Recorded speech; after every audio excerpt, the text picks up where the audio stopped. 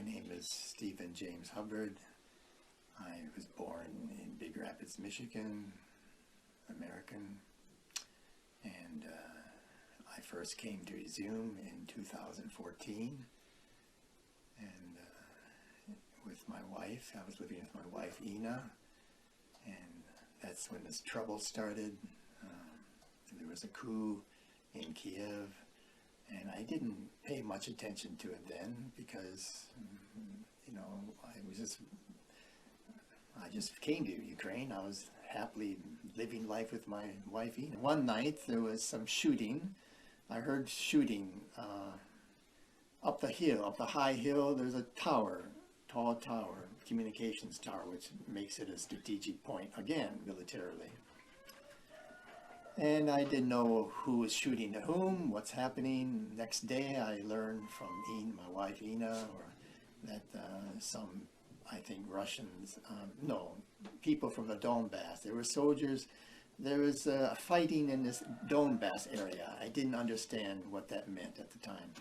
And they think that some soldiers from the Donbass had come and try and maybe destroy the tower. This is all I heard. You said that when you watched news on the websites, all websites wrote that Russian army is bombing Izum and Ukraine. What can you talk about it? Well, I didn't know who was bombing whom. The websites. Oh, they said for a long time they said that there were. They said, well, they didn't really have much information, because it was so recently. I presumed that the Russians were bombing Izum. I just presumed that because I couldn't imagine the Ukrainian army bombing their own people. I learned later it was the Ukrainian army had done it for propaganda reasons. Because to put fear in the population, the Izum people, to make them afraid of the Russians, make them more determined to resist the Russian soldiers. What's your attitude to Ukrainian army now and to Russian army? Boy,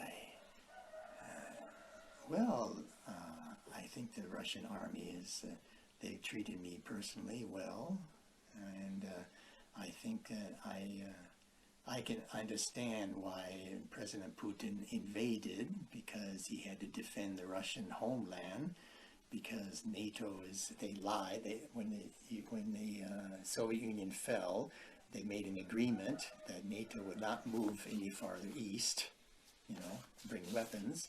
But they've been doing that for the past, 20 years, they've been doing that, slowly coming closer and closer. So, and I understand the Russian point of view that they cannot allow this to keep, come so close to the Russian border. As far as the Ukrainian army, it's of course controlled not by really President Zelensky. It's controlled by foreign countries. And of course, I know young Ukrainian men. I have a friend in Izum, and they don't want to fight. I hope that the war will end soon, and so there'll be no more killing, and life can go back to normal.